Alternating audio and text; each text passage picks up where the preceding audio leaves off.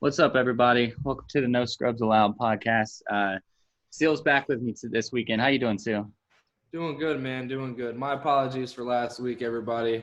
Tried to put up a little bit of feedback for my take on the Jaguars draft and a little bit of tidbits, but we all know, man, this computer of mine, my internet's great now, and it's just the computer. So my apologies. Try to get something up, just a little bit of technical difficulties, but I'm back. Happy to be back. How's everything going on your end, Travi?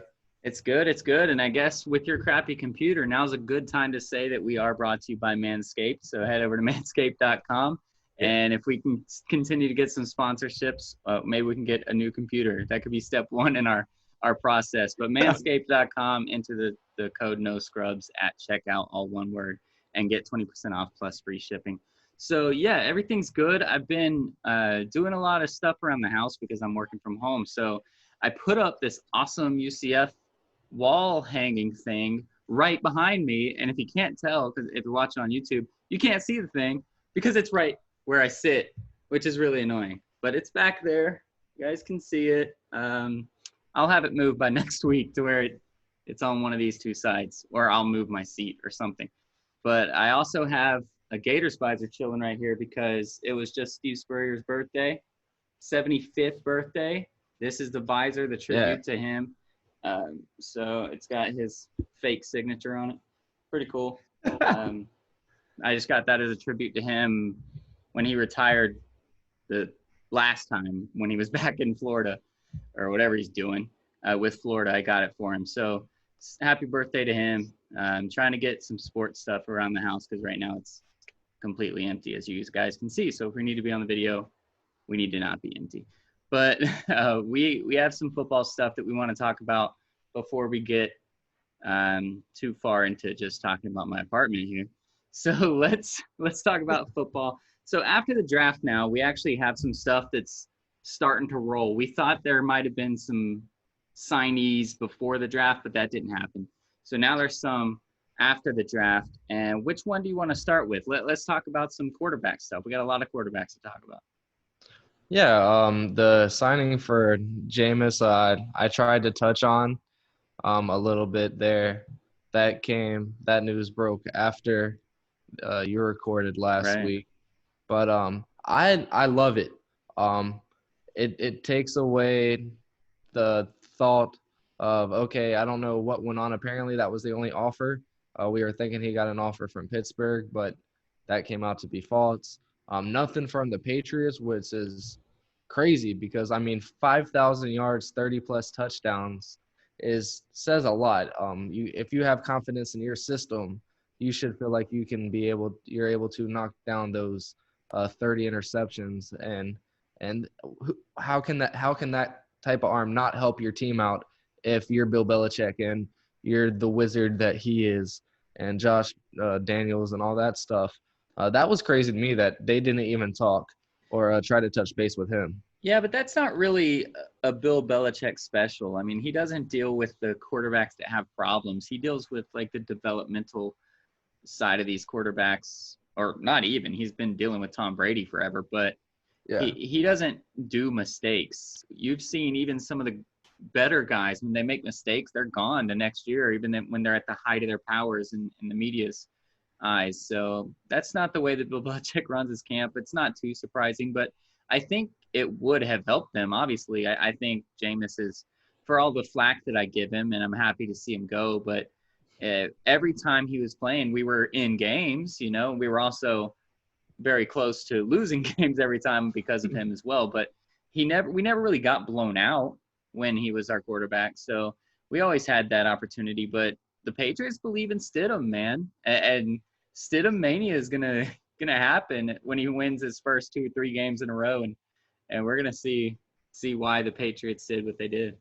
Yeah, I want to touch base on that here and coming up after we talk about this a little bit more. But yeah, I don't know. I love it because not only is he taking the pressure off of himself for a season, the pressure's been on him since college, winning a national championship, still in crab legs. It's been nothing but pressure, trying to be the franchise quarterback. to get a team who's won one Super Bowl, trying to get them back to that number one overall pick. Just so much pressure on this cat. And to finally have the pressure off of him, not only that, to be able to sit back and soak up a lot of knowledge from Sean Payton and Drew Brees, that's absolutely insane that he's about to get paid to become a better football mind, have a smarter football IQ. I think that's the best thing that could happen for Jameis at this time in his career. What he does after this year is all up to him. But after this year, I think Jameis could go on to do great things. Do you think this could be a long-term option with Breeze potentially hanging up his cleats at the end of this year? When the signing first happened, I thought it was just kind of like a pit stop kind of thing, just to, stop on the old tour. Right. But after that, it came out that this is more than likely Drew Brees' last year. A lot of people in his camp and in his side on the inside have came out and said that this is more than likely his last dance. And I think it would be great. Taysom Hill's probably a little pissed about it. Right. Just because of what he sacrificed for this team. I mean, he sacrificed literally his career on multiple plays that things could have went bad, and he sacrificed for the team for touchdowns or first downs, laying out on those sweeps and stuff like that. So if I'm him, I'm a little mad, but it could be the start of a great and bright future for Jameis. I mean, Michael Thomas and him, no offense to Mike Evans at all, but Michael Thomas is top 2 wide receivers in the league. Him and Nuke are just in a class amongst themselves. That would be fun to see. A lot of fun to see. Yeah, it would not be fun for the NFC South because we have been just tormented. Matt Ryan had some good years. Obviously, Cam Newton was the MVP. But Matt Ryan's had some good years. But for the entire time that Breeze has been there, it's really been Breeze's conference, or division. Whether or not he wins every time remains to be seen for a multitude of different reasons with the team. But we are ready to get rid of the Saints. Yeah, referees, scandals, things like that. There's a lot of secondary nature that happens there in New Orleans. But we're ready to get rid of Drew Brees. And when you hear that he's possibly retiring, it's like, oh, great, Drew Brees could be gone. And then to fill it with the guy that is going to have a chip on his shoulder, especially the 2 times that he would have to play you and Jameis Winston. That's not who we want to replace him with. I'd rather than just go with Taysom Hill or a rebuild. But it's definitely possible. I think he could do it. What do you think about Taysom Hill? Like, they have said multiple times that they want him to be the future. They gave him a contract that says, listen, we want you to be here. We want to pay you more than like just a third string gadget QB. So what do you think he should do or the team should do with him or what they're going to do with him moving forward? Well, at the beginning of last year, Sean Payton was just praising the heck out of this dude.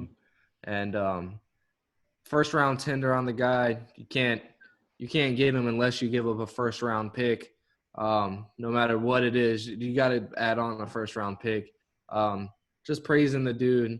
I don't know if that was just some sort of ploy trying to get that first round pick for him, or if he really does think that. But you don't talk like that when you're Sean Payton. You don't hear stuff like that from Sean Payton. The amount of talent that man has had surrounding him, you never really hear high praise coming from Sean Payton. It's more of a team thing. But to hear that last year and just throughout the last 2 or 3 years and the amount of confidence he has in this cat, you can't question the athlete that Taysom Hill is. You can't question the amount of IQ he has to give the confidence in somebody to not only run the quarterback position, but be a wide receiver run on some plays, to be a running back 1 on run some plays, or to be a quarterback 2 on some plays. Right. He's literally the only person that does that. It's not like the Wildcat where you have a running back coming in and playing a quarter who might maybe throw the ball. This man could literally throw the ball, catch the ball, or run the ball, or all 3 maybe on any given play. And that shows a lot of confidence. But can he step back in the pocket and sit there and make those plays, it's yet to be seen. Jameis Winston has more completions to Saints than Taysom Hill does. So you can't really answer the question, is he the better option than Jameis? He has a better argument when it comes to the flaws. You don't really see that many. He seems like a great athlete who, when he's called on, he answers that calling and gets it done. Can that translate into the pocket and be able to get 4,000 yards and 30 touchdowns and lead the Saints like Drew Brees has been able to do over and over and over again? I don't know if I would go with the uncertainty. Then I would have confidence in myself and my coaching staff seeing what Jameis can do and being able to help knock out the flaws that he has. Because the flaws really from Jameis aren't that big. Right. Great arm, great IQ, just a gunslinger. If you can calm that down, or if you're confident enough that you can call the plays that would make him more comfortable to not need to do that all the time, right, then why not? Yeah, absolutely. The last thing I want to say for Jameis, because I was about to move us on, but you mentioned something that I wanted to just piggyback on. His mistakes, a lot of people, you said not big mistakes, and people go, well, 30 interceptions plus X amount of fumbles. How is that not a lot of mistakes? It's not mechanically or IQ or anything like that mistakes. It's cockiness. It's confidence. He thinks he can make these throws.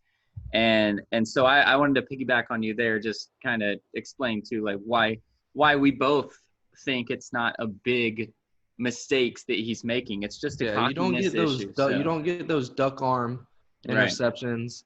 Right. Not too many tipped interceptions. If he's able to get it in that pocket, in that little window, he's going to get it there. But he always thinks he can get it in that little pocket, in that little window. So if he can learn from Peyton and Breeze, because we've had a few good coaches in Tampa Bay, but not many until Bruce Arians got there. So nobody that was really able to teach him that. And now he's going to have the good coach in Sean Payton and a quarterback that can tell him, like, this is – I can speak from experience as a Hall of Famer. You don't got to make these throws every time. So yeah, and the way Jameis is and Bruce's offense and his philosophy, that didn't help the interceptions at all. Right. Risk it, no biscuit. There was a lot of risk it with no biscuits from Jameis, and that it's not all on Jameis. There was a couple years where it was just Mike Evans and a second-string running back who just showed up out of the preseason that they would go 7-9. And here I am as a Jags fan, and we have Blake Bortles, who we drafted number 3 and all this stuff, and we made all these moves, and we're winning 3 games, 4 games a year. That was never the case from Jameis, and it was because Jameis does what he can do to win games, and he always thinks he can do the most. And you got to love that confidence. You got to love the numbers. The dude threw 5,000 yards in the NFL last year. Yeah. And he's going to be a backup quarterback. That's crazy. That's even more crazier than Cam Newton. Absolutely. No, it is. And we have a perfect segue with Jameis Winston couldn't fit in the no risk it, no biscuit thing in that offense. But there's another team that is now saying no biscuit as well, and that's Mitchell Trubisky. The Trubiscuit did not get his 5th-year option from the Chicago Bears. So this will be his last season there unless he signs on for just a regular contract. But they're not going to do that. They would take the cheap option. So this is his last year. He's 25. He's already going to be competing with Nick Foles. And he's already not good. He was last in total QBR last year. He was tied for 27th for touchdown passes. Sure, he has good footwork, but it's out of panic, you know? Like, is this potentially the end of Trubisky? This is almost following the exact same path that Marcus Mariota was following just a year ago, where his last year. Even Blake Bortles a little bit. Just getting to the playoffs. What were they, 13-3? Yeah, something like that. Got Khalil Mack, double doink, all that stuff. And then last year, just an absolute egg. A lot of pressure, though, for him last year outside of just football. A lot of talk about him. I feel like that got to the youngin a little bit. But inevitably, I do feel like this is the end. the organization before this even has happened set it up to be the end. You don't get Nick Foles. I mean, they were able to manage his contract a little bit, but you don't take on Nick Foles and what comes with getting Nick Foles unless you think that he can be the guy. That started after the Super Bowl. That's why he stayed in Philadelphia to be a backup after that. And that's why inevitably he got out of Jacksonville. It's just a lot of stigma that comes with Nick Foles, and it's a lot of pressure, man. And in Jacksonville, thankfully, we had Minshew Mania, or we would be stuck with this because I didn't like it.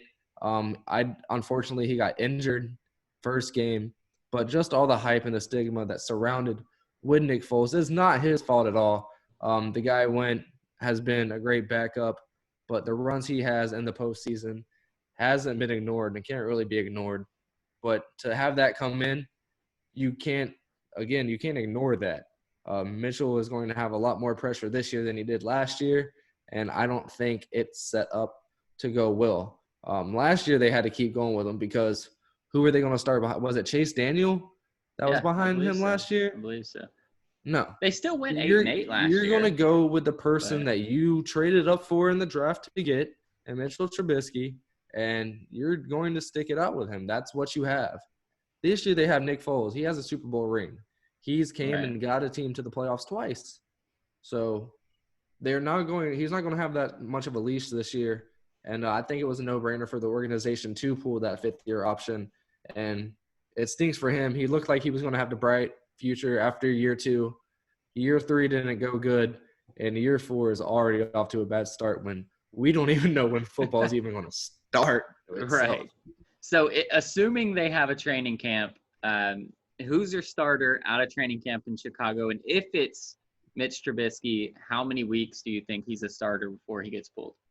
It has to be Mitch Trubisky. You can't give the starting job to somebody you traded for who you can only physically hand the handbook to in your front yard and wish them a good day. You can't study with them. You can't do any of that. I mean, whenever Tom Brady went to the wrong Leftwich house or whatever the thing was there was a big thing with the NFL about it. Yeah, there was a big thing about it just to see if it was okay, and it was because he was just picking it. Like, you can't do any of that right now. I mean, you can have all the Zoom meetings in the world that you want, but are you really going to be comfortable just with talking to somebody, with running your offense? Right. Luckily, the Bears don't have a very it's not that hard. Offense. You hand the ball off 65% of the time. The other half, you throw slants and little digs and stuff like that. Yeah. But I mean, I wouldn't do it. It has to be Mitchell Trubisky's. But if they start 1-3, 1-4, 2-4, 3-4, you can live with that. But at any point that it looks like the season's over with, the keys are gone.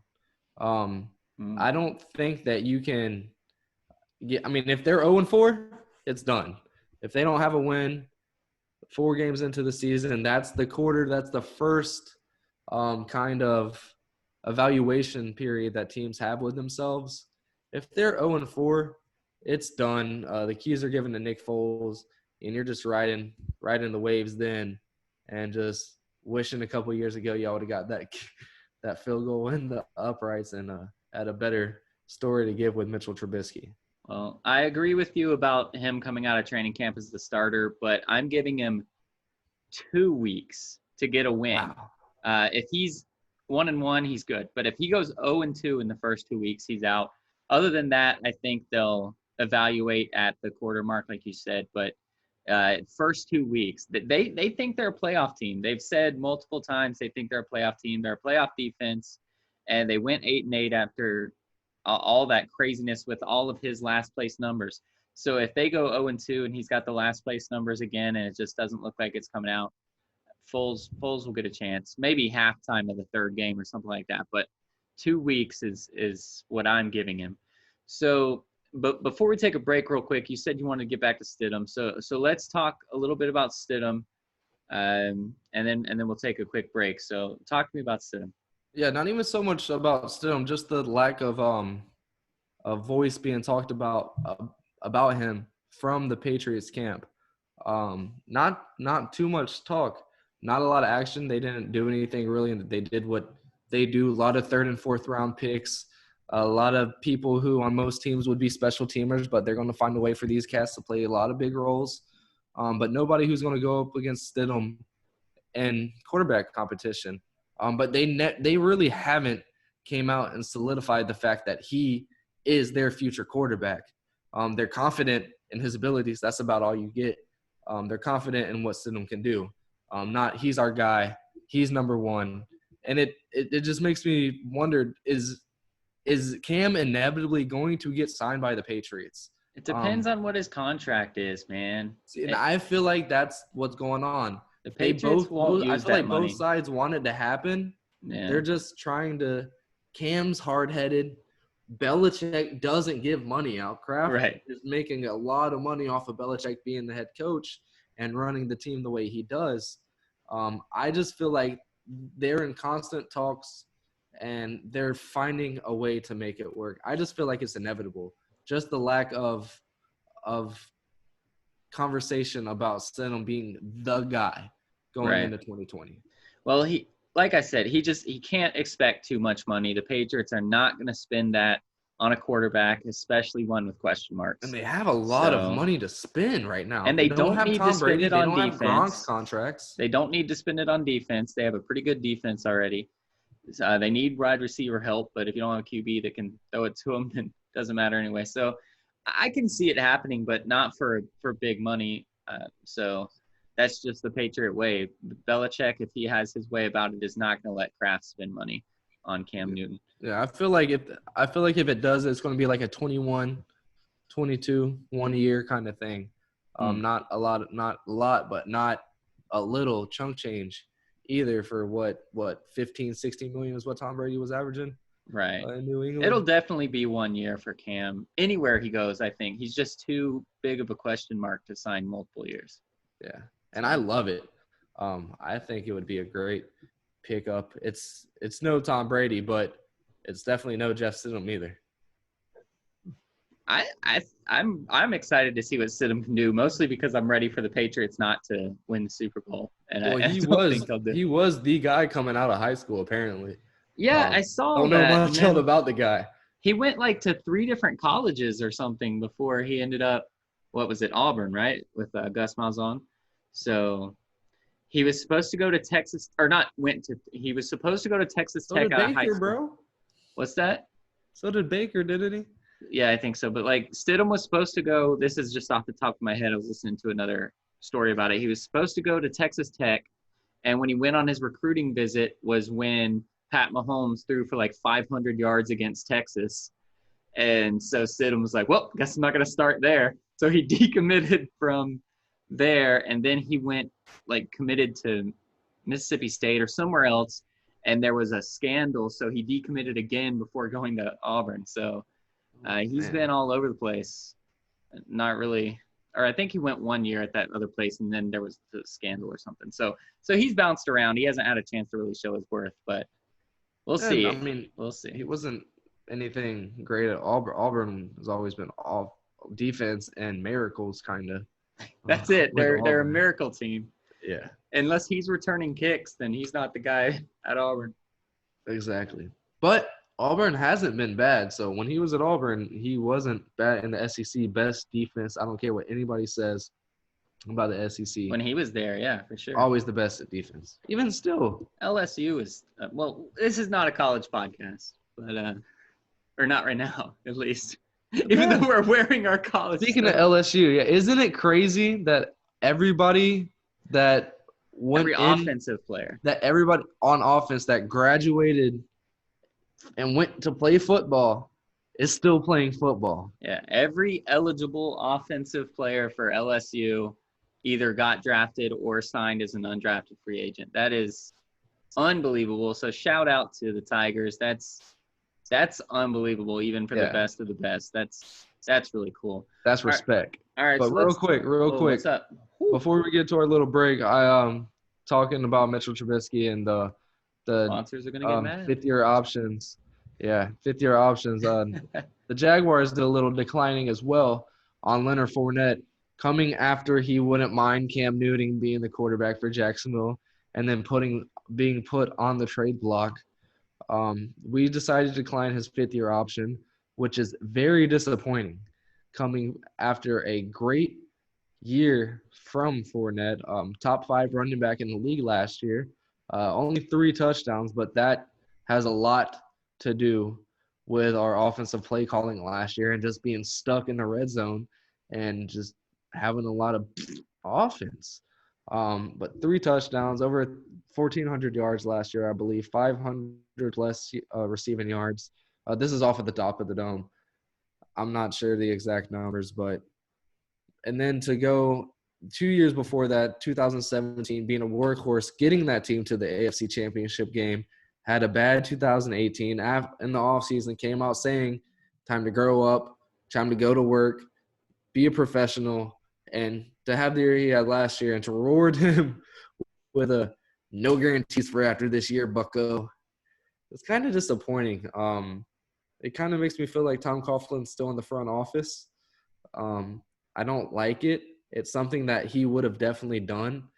And to add to the fire, we signed Chris Thompson, who is a broke man's Leonard Fournette, somebody who can bust the hole, a speedster, and can also catch the ball pretty well out of the backfield. I don't like it. It's upsetting after all the great things we've done in the draft and the way we were trending, get rid of Tom Coughlin, keep Doug Marrone, get a new offensive coordinator, just keep it on the rise. And then to do something TC-like, I don't like it. And we have a podcast, so I just wanted to let it be known that I think it's ass. The thing is, I think I don't know if you can see this from a fan perspective as well as maybe the outsider perspective, but it looks like you guys are just bleeding out.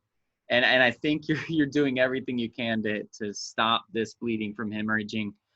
Whether it hurts your on-field product or not, you need to stop it before it plummets to like the very bottom of the barrel to have to rebuild. So they're just trying to plug the holes. And if he's out there saying the things he was saying, then that's a hole that's not plugged. And they're like, all right, we can't deal with you and try to fix the on-field product. So I think they're just trying to stop the bleeding as fast as possible. I understand that. It's part of that cancer that Tom Coughlin created with Jalen and Dante Fowler, with Ngakoue.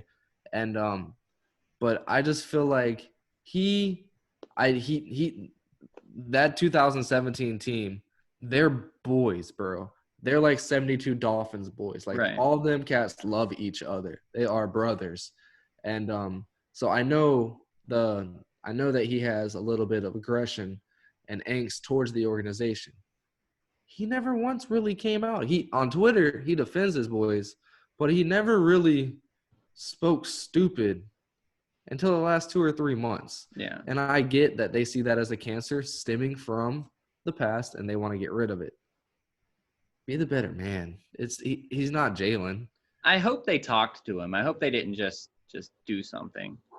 Like maybe I feel like they did, and he said whatever he said and got put on the trading block and declined a 5th-year option. Yeah, so that's what they needed to do. I'm on their side on that. If you can talk to him and it's not working out, then you can't leave a person like that in your locker room when you're trying to heal the wounds from 2 years ago already and mess it up even more. You can't have anything like that, or it's going to go even further. We saw what T.O. did to a lot of teams, and T.O. is a very talented player, but if you leave him in the locker room too long, it can go south. So for sure, I just don't like it. Before our sponsors get mad and yoke us, let's take a second to talk about our sponsor, Manscaped. So we're still here, man. It is still quarantine. We're recording on March 3rd, and I wish we were recording on March 3rd because that's probably when the quarantine started. Yeah. But it is May 3rd, and it's still quarantine. So you guys, if you have not been taking our advice, then your junk is probably growing out because it's been way too long. So you need to listen. Manscaped.com is where it's at. They promote clean hygiene when it comes to shaving your balls. So it's time, man. It's time now to answer us so that you can get it clean down there. And it's time to quarantine, Manscaped, and chill. For sure. And Manscaped, again, is the only men's brand dedicated below the waist grooming and hygiene. You're probably spending a lot of time with your, you are, you You are, definitely are, not unless you're probably. being one of You those are. crazy people going on your boats or to the beach in Florida right now. There's not a lot of crazy people, but I know in Palm Beach County, there was a lot of crazy people on their boats. CNN ain't wrong with that one. um, but, but other than that, you're at home. If you have a partner, they know. I found out more than ever how much they know after I got these products, and especially with this crop reviver, it's a little spritzer. After I get off of work, if I'm not immediately taking a shower, I'll run in the bathroom, spritz this up a little bit on my balls, and it's great. A little tingle to it, but that lets you know it working. I hope. It lets you know it's working, I guess. I hope that's what Um, it's doing. but it smells great. It feels great. And she definitely is able to realize she knows. Yeah, absolutely. And we talked about the perfect package a couple times, and we're assuming that you're listening to all our stuff. So we're not going to talk about the lawnmower. It's amazing, man. That's step one. We know what step one is. But if you get the perfect package 3.0, you get all this extra stuff. And one of these things is the crop preserver. Sil said if you're not able to shower, you go ahead and you throw that spray on there. But when you are able to shower, which should be at least once a day, go ahead and throw this on there every time you get out of the shower, just like you do your regular deodorant. This is awesome. It's anti-chafing, ball deodorant, and moisturizer. You're already putting deodorant on your armpits, right? So why not put deodorant on the smelliest part of your body? Like it's easy. It definitely is. But you don't really want to talk about the lawnmower, but when you do get that lawnmower 3.0, you get not only replacement blades for that thing, you get the trimmer thing and all that stuff. Every 3 months you can get some stuff, but for right now, limited time, you're getting 2 free gifts. A couple episodes ago, I showed that travel bag. It's absolutely awesome. It's leather. I tried to burn it. It didn't burn. It didn't melt. So we know it's real. He did try to burn it. Yeah, I don't think did. it was live, but I got to see it. And they also have the awesome Manscaped boxer briefs. I swear I'm by wearing them. mine right now. Yeah, my buddy got some. He works lawn care. Lawn care. But he works lawn care, and they've been doing the trick for him. So they work in restaurants, they work outdoors, they work indoors, and they definitely work for your indoors. Absolutely. So do yourself a favor and always choose the right tools for the job. So go over to manscaped.com right now and enter our code no scrubs, all one word, and you'll get 20% off and free shipping. That's 20% off and free shipping, plus the boxer briefs, plus this travel bag, plus all that stuff if you subscribe by going to manscaped.com and using the code no scrubs. I think people are done with the toilet paper. So people are having some more money. I saw toilet paper on the shelves finally when I went to the store.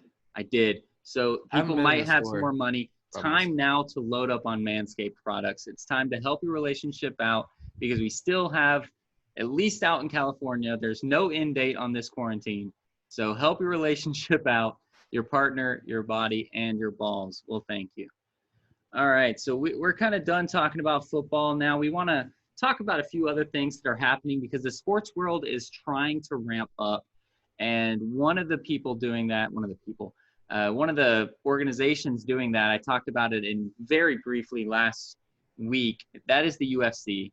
And they are doing it in a big way. UFC 249 is next weekend. Well, this weekend, if you're listening on Monday, which you should be.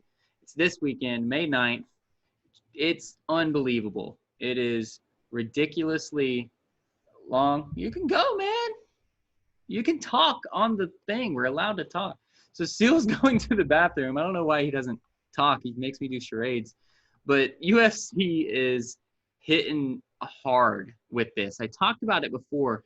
But before I get back to the main card, which I've actually already talked about a little bit, the prelims, the free stuff, which I'm still hoping they do a package to get the other stuff free. I'm pretty upset about that, but I don't want ESPN and everybody to come down hard on me. So the prelims have some great stuff as well. I mean, the prelim card normally has one okay fight with people you've heard of, not 4 fights with people you've heard of, including 2 fights with people that have been up in the runnings for championships before, either being a champion or one of the top contenders. So the prelim is Uriah Hall, Ronaldo Souza, which is huge.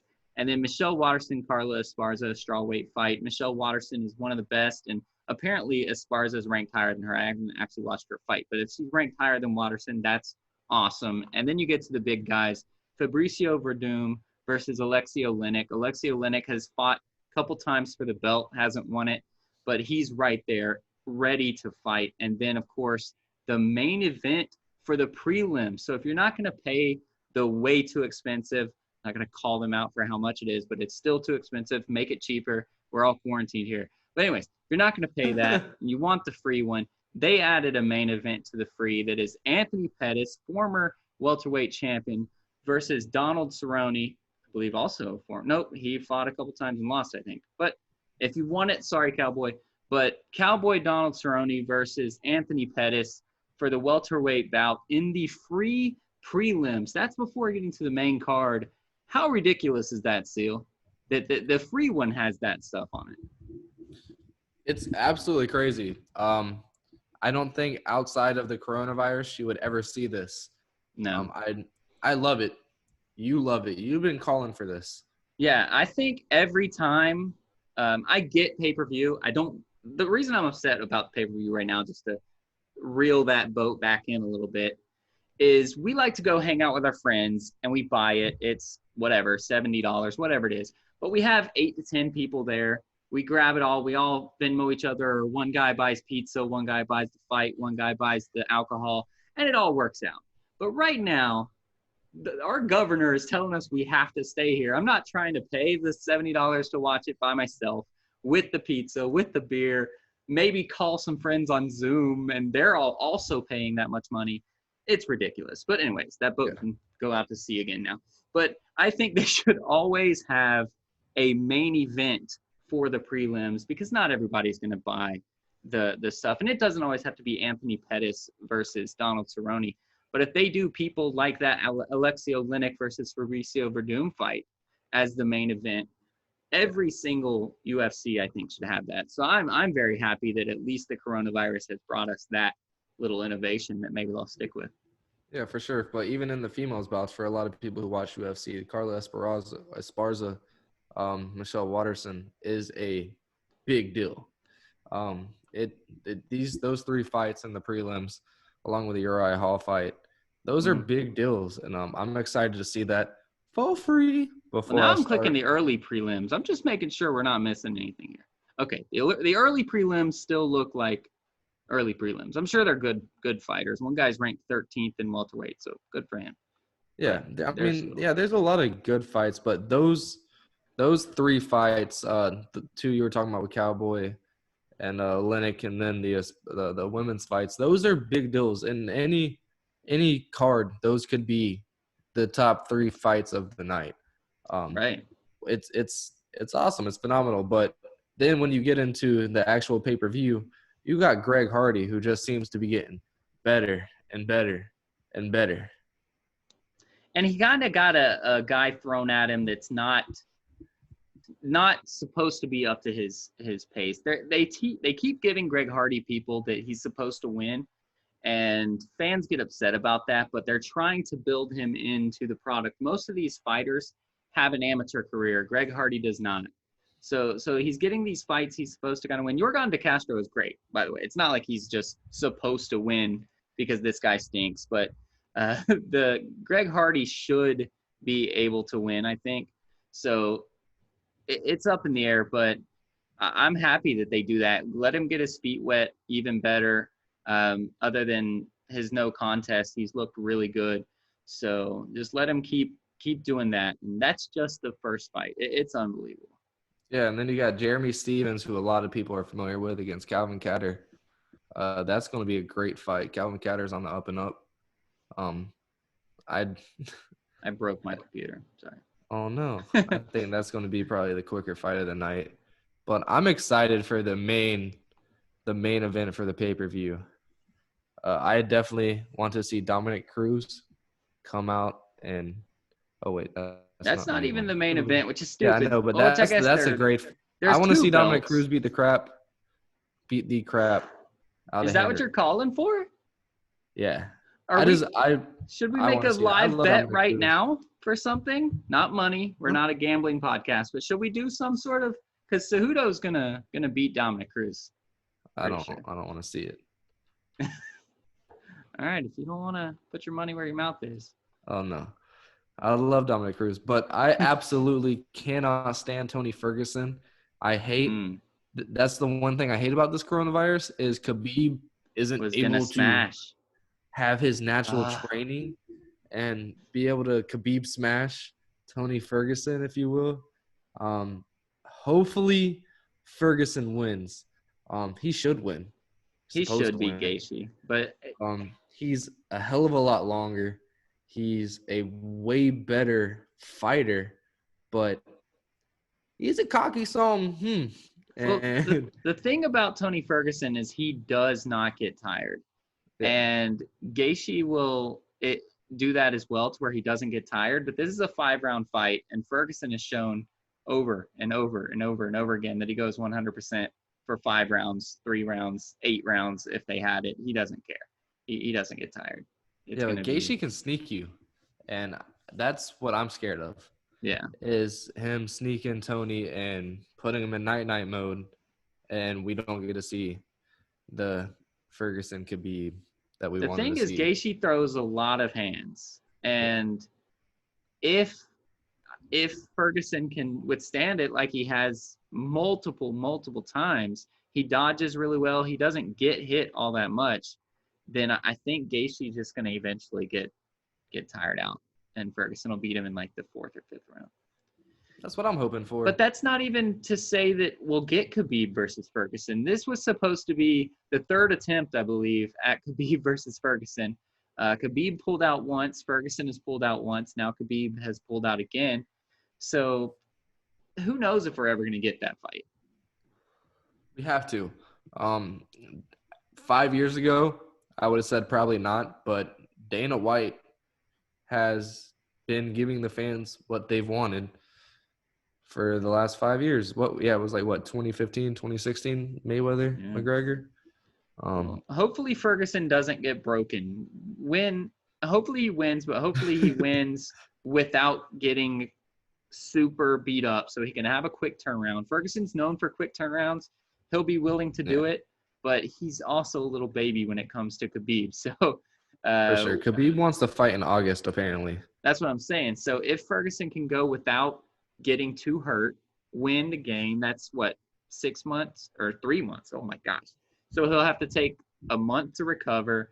Then you still can have a 8-week camp, and you can be there. You can do it. Hopefully he's willing to do that. He wouldn't though.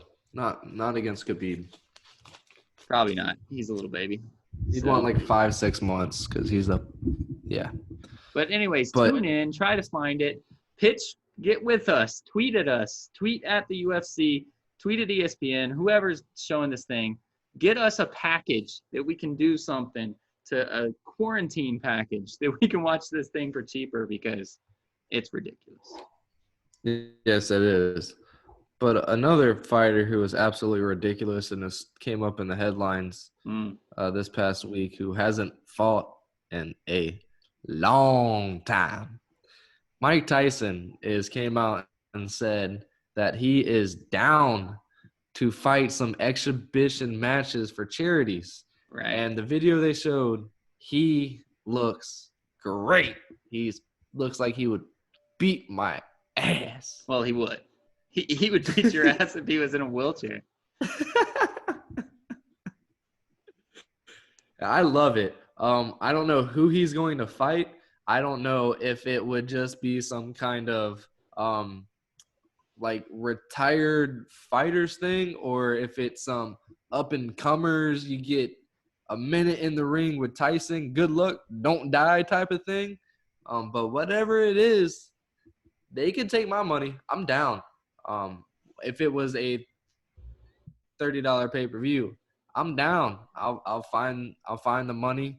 I'll get some PayPals or some cash naps and I'll Cash find the money naps. to watch Mike Tyson beat the crap. I'm just not trying to put out real names because they ain't real I know. sponsors. It's fun. But I would love to pay to watch 53-year-old Mike Tyson beat the crap out of whoever has the gonads to walk in front of him during any kind of exhibition.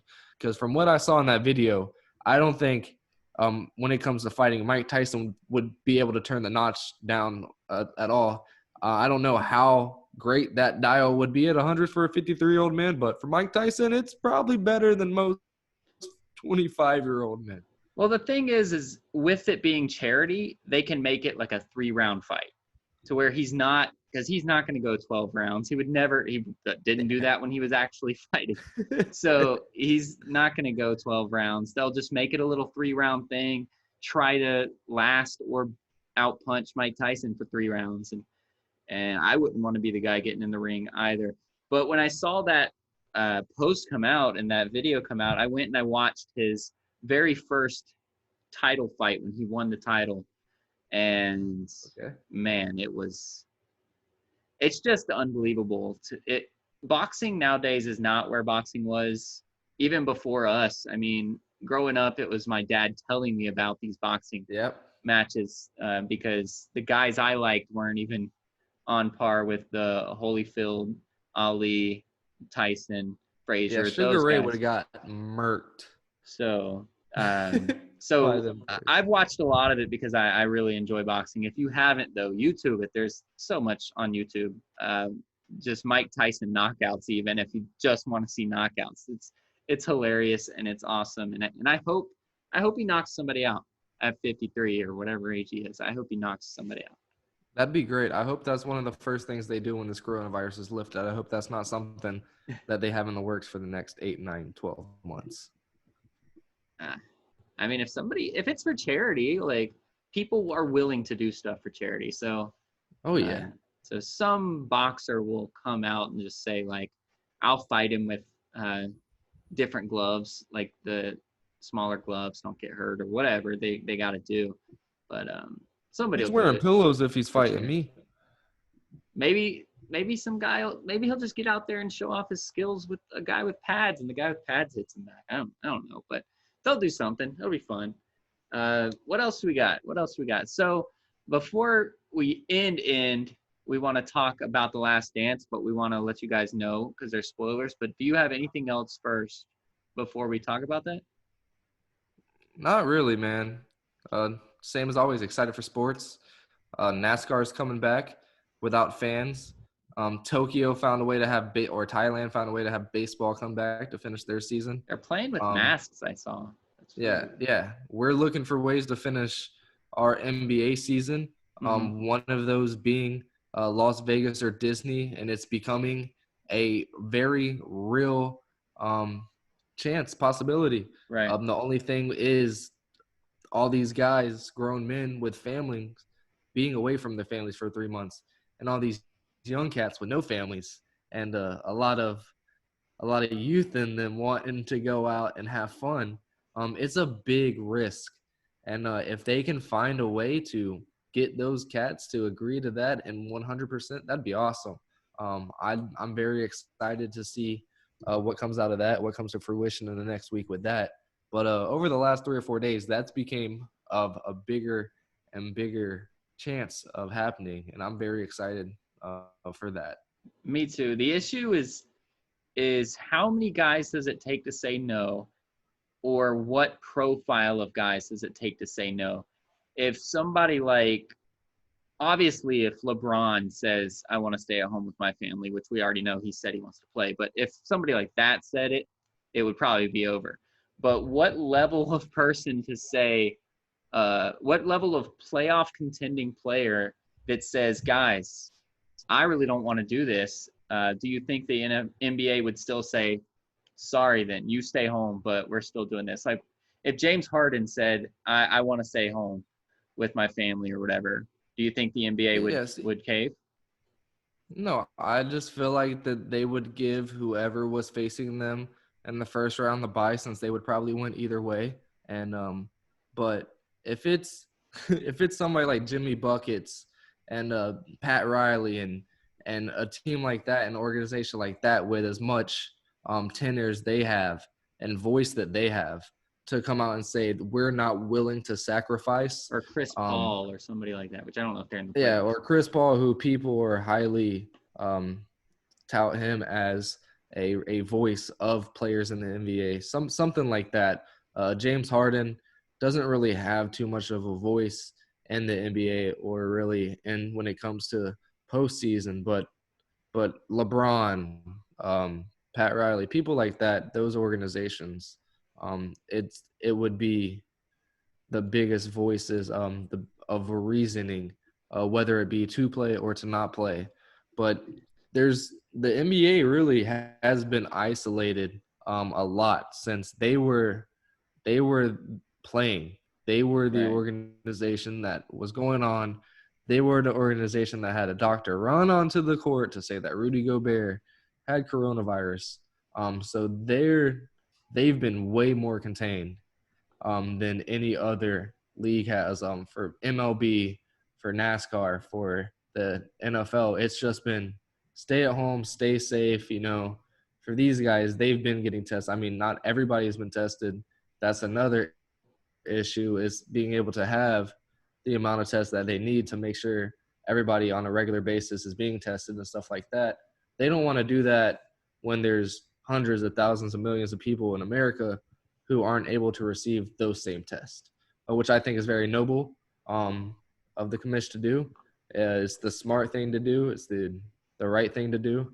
But there's a lot of extra, I don't want to say entities, but things that need to happen in order for that to happen. And one of them is just the availability of the testing and stuff that is needed to make sure that these players are safe. Right. Yeah. And Because who cares about the refs? The refs can get coronavirus, and who cares? But then they'd give it The to the NBA players. refs aren't Yeah. that bad. No, it's just because NBA there's refs all aren't that those things. There's the testing is obviously number one, but then you'd have to lock down a hotel, which I don't think would be a problem. But then the refs that would have to work especially in Orlando. Yeah, and Vegas. I mean, Vegas has so many hotels; it's not even funny, and they're all closed. Oh right yeah, now. right now. Well, Vegas is just usually availability, but right now for sure. But the problem is, if they did it in Vegas, Vegas would have to agree to be closed for that amount of time because they couldn't then bring in everybody else and try to open Vegas back up while the NBA's there. So and that's another reason I think Disney is probably the better answer, because it's isolated. It's in Orlando, but it's isolated in whatever that place is called. Right.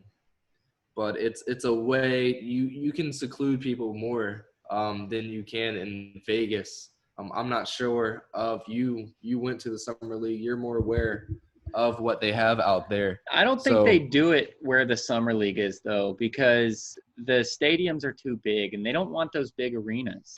They want small arenas.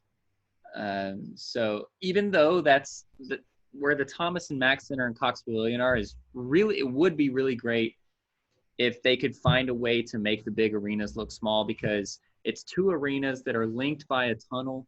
There's a hotel or not really a hotel because it's a college, but I guess it probably is technically a hotel, but dorms, hotel, something right there, which would really work. And then obviously Vegas has, at the end of the strip, they have whatever casino, MGM or whichever one's at the very end of the casino has their own hotel.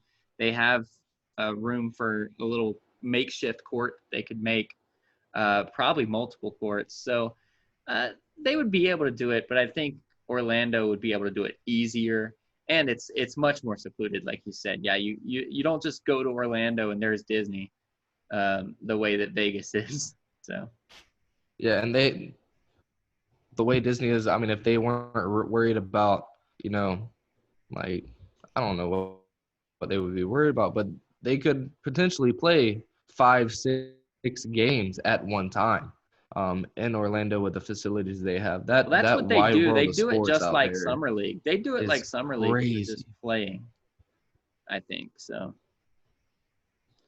Yeah. Well, there's how many courts, or you could play in up to 3 courts in Las Vegas. And Disney, they have like multiple they have that huge arena where they have all their games and stuff. But Right. then the basketball facilities they house like 10 courts, and I think there's 2 facilities. So Right. they could play a lot of games at one. Yeah. They could play the whole league. Each play a game at one Exactly. time, I feel Yeah. like in Yeah, and they've Orlando. proven they can do it because there's already an I was Orlando Summer League. There's already a Vegas Summer League. So that's why those are getting thrown out because it's already happened. They already play games simultaneously during Summer League. They already have people in their hotels that go straight to the games via yeah. bus. So there's like, so it's already there. We're just hoping it And with the happens. NBA, yeah, but when the NBA, it has to. Um, It has to. they've came out and said that the season is going to be played. So it has to happen. Whether it be in a month, 2 months, or 3 months, it's just what the public opinion is of them doing it, and if it's safe enough in the public opinion's eyes to where these players have the confidence that they are going to be able to go and come home safely Right. whenever it's over. And they've already taken the steps. They've already discussed starting in December for next year. So they're setting the foundation down. It's going to happen. We don't know when. Probably, if I had to guess, mid-July, around there. Maybe earlier, but probably not. Which is going to be So great. Can you imagine? We're going to have basketball and football playing twice in the same year. yeah, that'll be that'll be crazy. All right, so um, Awesome. we're gonna shift and we're gonna talk about the Last Dance that just happened before we're recording. So if you haven't watched it yet, go ahead. You can turn it off here um, because we don't want to spoil anything for you. We're huge sports fans and we want to talk about this. But if you have watched it, stick around. We're just going to kind of react to it just like friends talking, just because we haven't talked about it yet and we want to do that. For So sure. we'll go ahead and say it here, man. If you are leaving us, go to manscaped.com. That's one. Enter no scrubs. Get the stuff here. One But word. if you are leaving now, it means you haven't watched this documentary and you are being a scrub. So get to The Last Dance, unless you have a legitimate reason. I don't want to call everyone a scrub, but try to watch this thing as quickly as you can so that you can listen to us and discuss it with your friends. And as always, be a stud, not a scrub. I'm going to pound it with you, Seal. I know the right way now. I double pounded. Seal didn't Oh, I pound. think I went the wrong way. I went the wrong way. You I went did. the wrong way. I don't know. Yep. I just know I have to go There we toward the go. There's the door, right way. baby. Going toward the Yeah, there's the door. right way. All right, so we're halfway through. We're halfway through the doc now. Well, 6 episodes out of 10, but this was 5 and 6. We knew that Kobe was coming. They like to give these little teasers, man. But did you know that Kobe was coming and the way that Kobe was coming? I thought they were just going to show the little All-Star footage. I didn't know they had interviews and stuff like that. Yeah, I feel like they amped that up a little bit. Oh Um, yeah. after I mean, we knew they had the interviews. I mean, at least I did. Whenever the passing happened back in January, Mm-hmm. they showed a picture on Bleach Report, and there was a headline like, "This Kobe part in the Last Dance series is going to be absolutely excruciating," Mm-hmm. and or something along those lines. So I knew. I saw him and with this bald head and his beard in the interview, so I knew that. Um, I didn't know what they were going to talk about. Um, we always knew Kobe was compared to Michael. We always knew that Kobe compared his game to Michael. Not compared it, but he really took Michael's game and made it his own and in his Right. own way. But literally everything Kobe did, you saw Michael in. And And the MJ thing is that even got MJ's joked about it that Kobe stole all his moves. And while it's a joke that he stole his moves, that's exactly what he did. But stole yeah, just has such a negative connotation. But yeah, he took all of Jordan's moves and did the Kobe twist. But I mean, you see, just to name out the most probably easy to see with your eyes move, that little turnaround step back jumper. Yeah. It's the exact same move that Jordan did, and Kobe mastered it just as well, which a lot of people clearly can't do. So And another move that I saw a lot, the coming from right to left jumper, right outside the free throw. Yeah. Kobe ended up doing a lot in his older years when he wasn't able to get to the basket as much. Yeah. Kind of moved it over towards the corner a little bit, That's the but shot he always hit that. to eliminate the Suns in the playoffs that he did the Yeah, jersey thing. That was that yeah, shot. always that right to left. Yeah. That was probably what I saw in Michael. But the thing that got me was whenever I guess the producers asked him, he was talking about the comparisons and all that stuff. Who would win one-on-one? You would win one-on-one, Kobe. There's no way he would win. You got this. And he didn't like it. And he would let the Lakers fans know, like, without him, y'all don't have these 5 rings from me. Like, there is no Kobe without Michael. And that had a lot of weight to it, for him to say it so outright like that, not just come out and say that he depicted his game off of Michael. To give that man so much credit, whenever LeBron was coming up, it was Michael, Kobe, LeBron, and then the LeBron fans trying to push LeBron above Kobe. And eventually 2010, 11, 12 with the Heat came, Right. and he finally got above, but it was always Kobe Michael of 2000 to 2010. And to have the person who is chasing you to be Michael, looking at Kobe, is chasing you and coming for your legacy, to say that, and knowing now that Kobe's gone, to watch that with everybody watching The Last Dance. I'm just saying here, like, trying not to get emotional. That has to mean so much to somebody who was his big brother. Yeah, and I was reading through what a lot of the NBA guys said, and weirdly enough, they're all younger than us. Not all of them, I guess, but a lot of them are younger than us. And I was 9 when MJ retired, the correct time, after the '98 season. And so while I remember MJ, and I obviously love MJ, and I've watched a lot of his stuff, I watched a lot of his game, his last three-peat with my dad, but I didn't really start playing basketball and practicing basketball a lot until MJ was gone. So Kobe was my MJ, the way that MJ was Kobe's MJ, obviously. But reading through, I mean, you see Trey Young said Kobe was his MJ, and we already knew that. Mario Hazonia actually said that he's never really seen this stuff like MJ, which just makes me feel like so old. But he said that growing up was Kobe for him as well. But now that he's seeing that where Kobe got his game from, he's respecting the older guys even more. So it's so crazy. But he was my inspiration, and I used to do that spin move, not very well, but in my driveway because I kept getting blocked if I did it against anybody else. But watching Kobe just do that, and to know that it was just a line from MJ to Kobe to me trying to do it but not being able to elevate over anyone. I had the spin right, by the way. I did it well. I just couldn't elevate like they can shoot over people.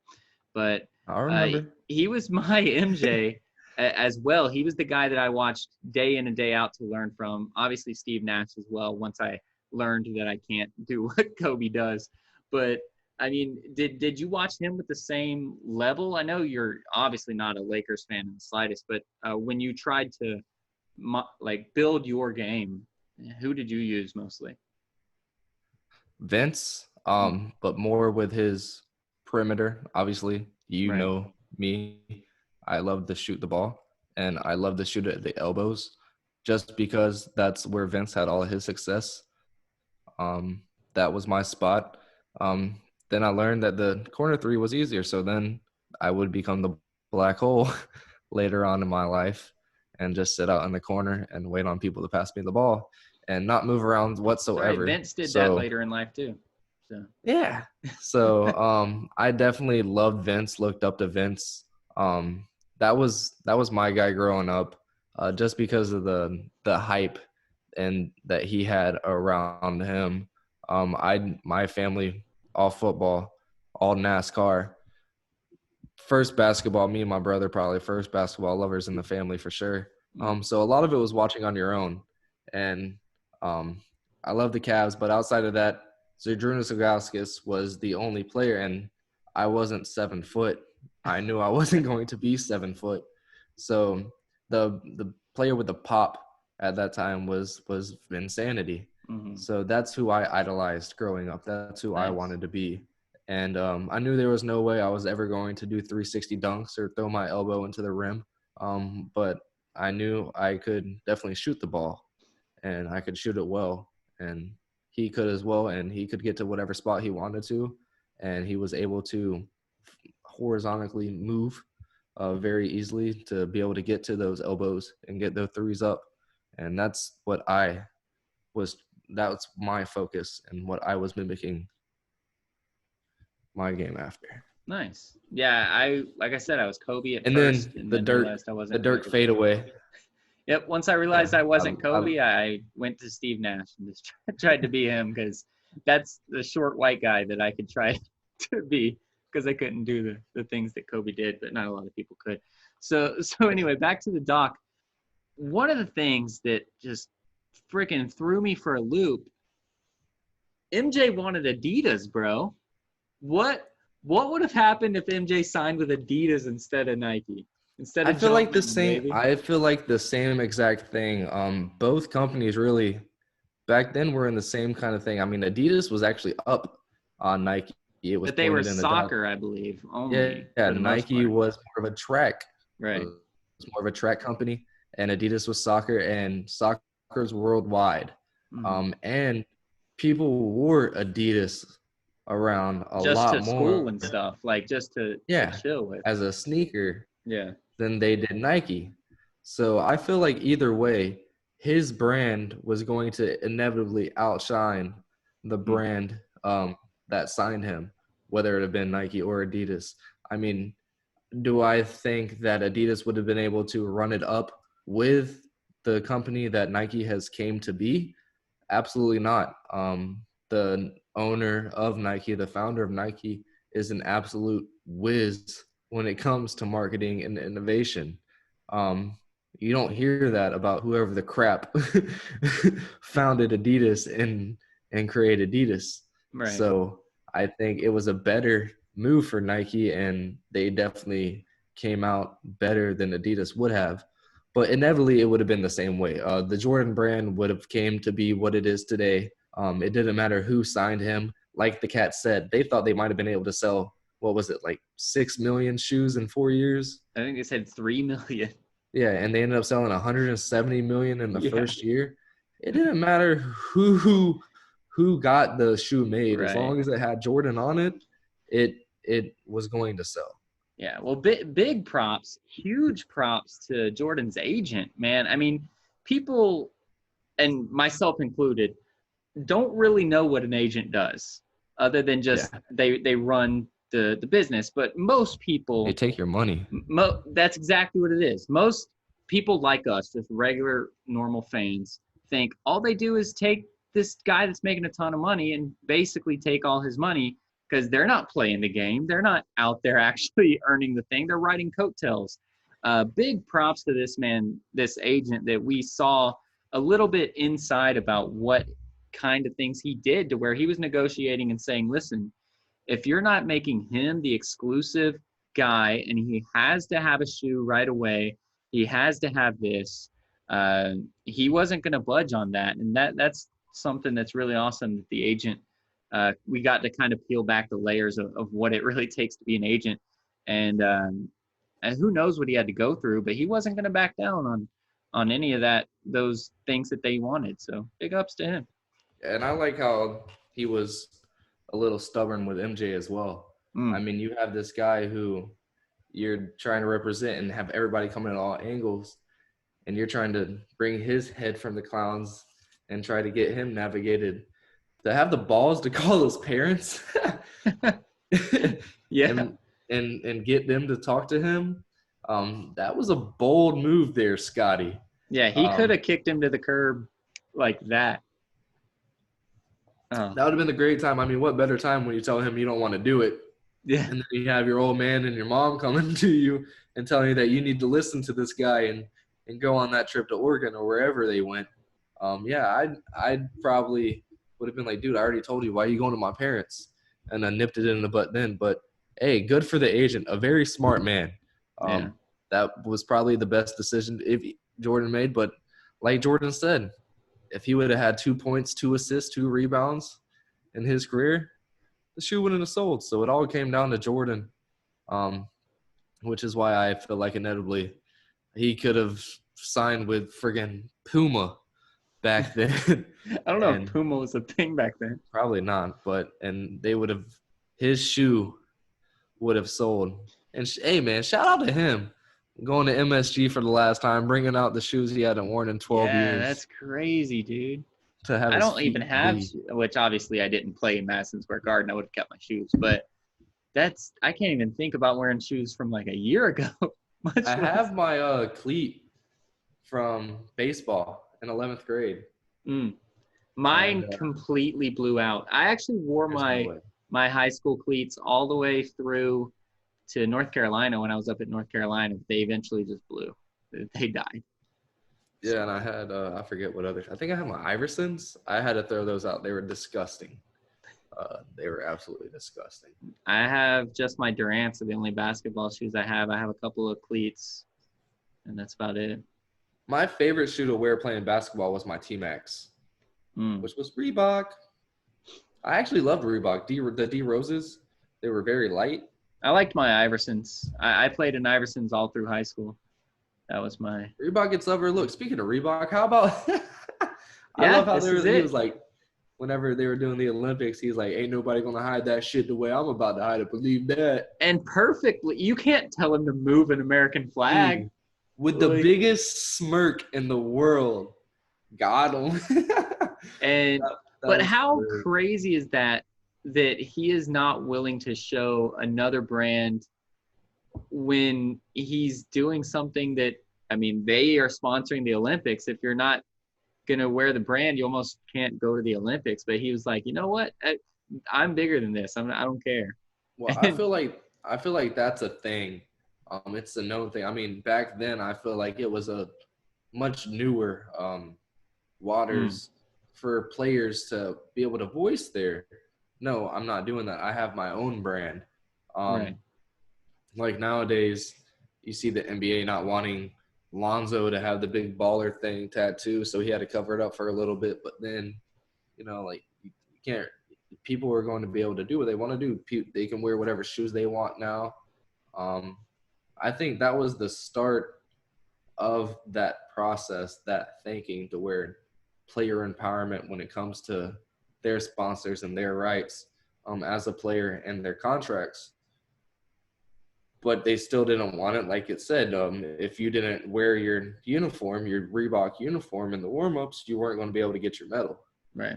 So, like he said, we're going to hide it. It wasn't just Michael with his Jordan company. It was other players who were probably signed by Converse. Oh, yeah. Nobody wanted to do it. And that's why he was saying they're not going to hide this shit the way that I do, because these other people were also trying to hide it. It's just that Michael was smart enough to do it the way he did. Scotty, he had his zipper like way down, like fly eagle. Yeah. Huge V-neck covering his up when he was walking. But yeah, that was the start, I feel like, of that player empowerment thing. But more power to them to one, follow the guidelines, but two, not give the people in those big money. I mean, because who are they to tell you you can't get your gold medal because you don't have it on like that? That's a little messed up. Yeah. But best of both worlds, but to give the middle finger at the same time, I think it was cool. Yeah, and I love that they showed that smirk that you were talking. Yeah, he was just so for sure. Oh, and I think some of that led to the free speech, if you will, of these players and their brands. I mean, Well, not yeah, their because the nobody has. Olympics would rather have Jordan than not have Jordan just because of the Reebok logo. Oh, for Like sure. they're still going to show it. So the last thing I really want to talk about is we finally got to see the flashback that I've been waiting for now 6 episodes, and that's the '93 finals against my Suns. Um, and I think they did it justice, which is awesome because Charles Barkley is one of the greatest power forwards of all time, and nobody knows it other than because he's a moron. And when he's on the NBA on TNT, he's a moron, and people just translate it to he wasn't that great, which because so many people talk crap on him and all that other stuff. He's short. He's only 6'5", which is nuts for a power forward. Yeah. But he was ridiculous, and so it was really cool to talk about how he had won the MVP, and they even showed a lot of the highlights of Charles Barkley not allowing his team to lose either. So he Yeah. did a lot of the stuff that Jordan did. He just could only do it for 2 games, whereas Jordan does it every game that he has to. But Barkley willed his team after losing the first 2 games in Phoenix. He willed his team to a game 3 and a game 5 in Chicago to get back to Phoenix. So, I mean, I was happy that they showed Barkley being so good. Yeah, I like how they showed him saying that he wasn't going out like that either. Yeah. Showing his heart. And I also like how they showed MJ his will Mm. throughout all that. Yeah, he got the MVP. He shouldn't have, but he can keep that. I'm gonna take this trophy out of his hands. Yeah. Uh, that mentality. I like to see that, but I did like to see how Charles Barkley responded after those 2 losses in Phoenix, saying, "We ain't going out like that. Like that's not what's going down." Right. And this is what makes, in my opinion, Jordan the greatest of all time. And it's really just down to Jordan and LeBron at this point. But the guy won the MVP. Chuck did. After back-to-back MVPs by Jordan, back-to-back Finals MVPs, back-to-back championships, everything, Charles Barkley wins the MVP. Jordan took it as a challenge. He wasn't happy enough with the challenge of let's go get the third in a row. He wanted to show Charles Barkley that he didn't deserve the MVP. So he goes out there and he averages 41 points a game over a 6-game NBA Finals. That's unbelievable that he Yeah, just went out there and did that. and that's just like it showed a lot of that tonight. Just how Jordan's mindset was. Yeah. The Olympic Games, whenever Jerry Krause is, oh, I hate that guy. When Jerry Krause comes out and says that Tony Kukoc Yeah, they is kept saying Kukoc. as Charles Barkley said, Kukoc is the future of the Bulls franchise. Yeah. And Michael said, "Look, me and Scotty got this dude. Yeah. Dude scored Nobody go 4 for him. points." That just the mentality that Jordan had, man, Yeah. is unprecedented. The weird things, the weird ticks that would motivate that guy doesn't happen to anybody else, and that's why he's up in that GOAT conversation. Right. And to LeBron's credit, I don't want to make this a Jordan versus LeBron argument right now because that's I we don't thought have you were time about for to that. get at me for saying the GOAT conversation. No. To LeBron's credit, I just want to mention it briefly. He did that for you guys' championship. I mean, he took his game to that 41 points a game level as well. So, but that's just why the people that just say, "Oh, Jordan's not the GOAT," like, come on.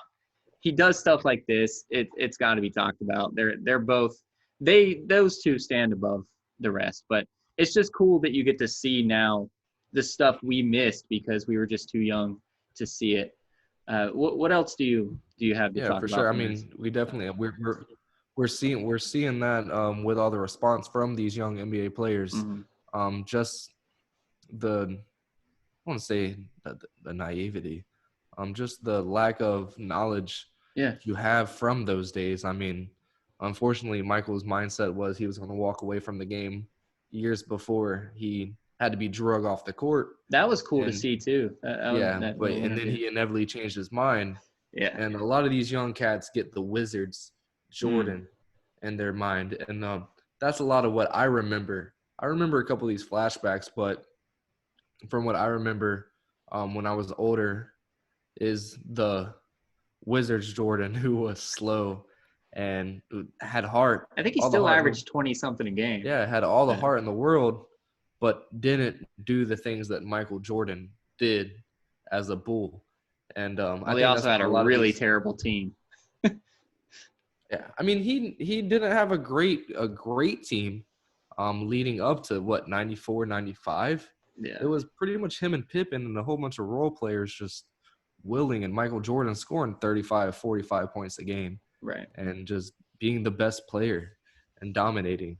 And watching this, I know you're gonna hate this, but watching this just really, really makes me wonder what Michael would be able to do against the offensive talent today.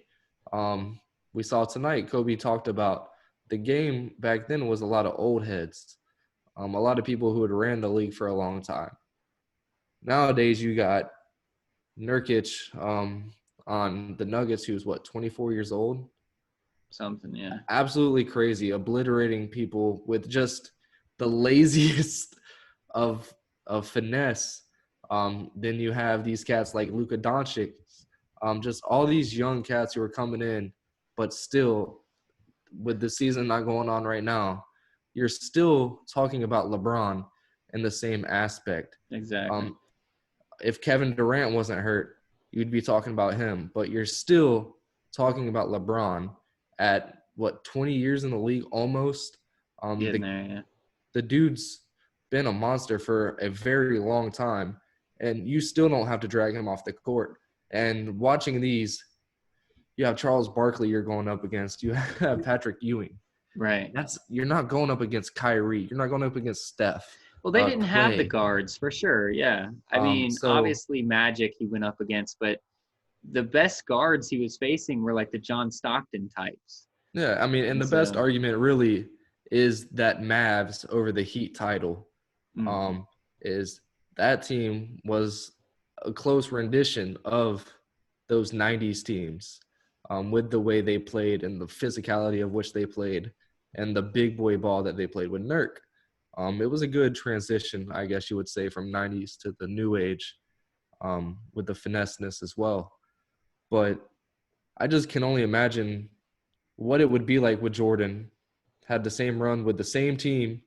I mean, it wouldn't be the same team with the way players are nowadays. Right. Unless they want to link up with you, they're not going to. We saw that with LeBron in his first stint with the Cavs. It's just there was just no way to get another big name with you back in the day. And I mean, the Bulls were lucky enough to get Scottie,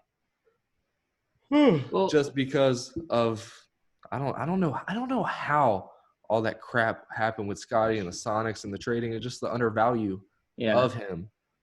But if there was any way, let me ask you this: the way the East used to be, the East was terrible. The East was absolutely asinine. It was 5 teams in the West trying to get the Western Conference Finals so they could win the championship back in LeBron's first tenure. If LeBron had another top 5 player on the Cavs, there's no way he doesn't win at least 2 rings in his first tenure. Well, I don't know. So you're including everything before he left to go to Miami? Yeah. Who did he lose to? So he lost to the Spurs once, right? Yes, swept. That was the only time he made it to the finals, I think. Yeah, in the first so tenure. he wouldn't have won that one.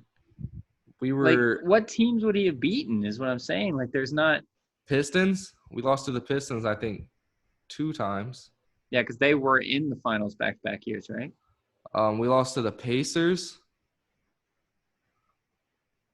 The Celtics. So when he first got into the league, the Celtics were better. So the Celtics were white. I don't know. I mean, we're not going to have a second podcast right now. Yeah, no, I'm just. But it's just more. The more I watch this, the more I can't just. But if Jordan, just to answer what you first said, if Jordan was here today, and just here trying to play with these guys, the thing about Jordan is obviously it's impossible to compare eras, and where For I'm at sure. least on that stance. But he would have gotten broken down by Steph Curry, and Curry would have drained a 40-foot three in his eye after doing some shake and bake. Jordan wouldn't let that happen again. Now, Yeah. it could happen again, but Jordan wouldn't let it happen again. He would be in the training room, he would be doing this, doing that, doing whatever he could. And I think that's what makes him great and what would make him great in any era. Um, because there's the talent in the league now that he would not be able to stop everyone. Yeah. And that's just the nobody stops Curry every time, you know. So, but he had that will to make sure that he was going to be the better player the next time that they faced each other. So, Yeah, and that's why I don't ever try to when I make the argument. Well, when I used to, I don't really make the argument anymore since LeBron isn't a Cav. But when I used to make the argument, I would always pull Michael up to now. I would never try to put LeBron back then, just because of the team person LeBron is. Um, I mean, he can definitely turn it on, and he could have, I feel like, scored 35, 45 points a game oh just yeah, with the physical specimen that he is and the physicality that they used to play.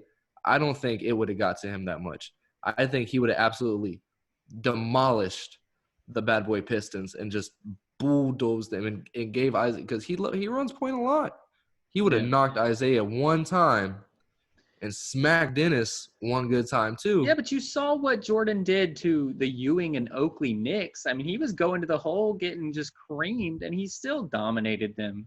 Yeah. Like he still put it on them. So Yeah, well, I mean, and that was later on, but I'm talking about the chips that he didn't get, the mm, game sevens he didn't win. All right, and I never wanted to do that because I feel like if you put Kevin Durant back then, Kevin Durant's a great role player back in the 80s and 90s, what? He's a and superstar, no matter. Like that's why I don't like to compare eras. Like I don't see Kevin Durant. I mean, back then the three's just now coming around when Michael Jordan is coming around, and it even then you're gonna feel it when you shoot a three. I don't see Kevin Durant being able to outlast that physicality. Kevin Durant's not going to the hole as much as he does oh nowadays. yeah, I mean he Back wouldn't in the be able to day, go to the it's hole. just not going to happen. The way he likes to hop and bounce, that you get off the feet, you get off your feet one time, and that's it. You go up a second time, you're getting elbowed in the grill, and you're going down. So I don't see. So it's really hard for me to put players nowadays back into that era. It's hard to do any of them. Just imagine them all back when Bill Russell was winning 8 championships, Yeah. when he was the only player that could do anything. Yeah, well, could you imagine Michael Jordan then with the physical freak that he was? Yeah, exactly. That's what I'm saying. You can't move players backwards, which is what you said too. Like moving players backwards doesn't work. Yeah, and it really sucks. I mean, I kind of really felt bad for Chuck because Jordan was the first of his kind, Mm, and Chuck was the last of a dying breed. And he just I respect him. He said in the doc, if I'm gonna be the night of champ, it's gonna be by Mike. I'll take it. right. I can live with that. All right. So what else do you have from the doc? Anything? People, when you want to go on Twitter and get mad at Isaiah Thomas, make sure it's the old head who actually played for the Pistons. This is the second time. The old Celtics, great. Uh, IT little short dude. Yeah. He got bantered last weekend. This time it's some rookie in the NFL getting just bashed in his DMs, Not even an NBA player. and he's not even an NBA player. That any takeaway from this, it needs to be that one, Americans are dumb, and two, we're way too quick triggered with the Twitter fingers, Oh yeah. and we need to I calm it down. I want to send us out on a shout out, but also a somber rest in peace to the guy that I thought won the entire night, episodes 5 and 6. The guy that won the whole thing, John Wozniak. He's a guard, or he was a guard for Bulls Arena. And this man stole the 5 minutes of fame that he got. He's the guy with the Jerry curl that was the dude playing quarters with MJ in the locker room, the guard for the United Center. That man was amazing. Well, apparently he just passed in January. So No way. rest in peace to John Wozniak. But we loved that he was one of our favorite players from this night of documentary.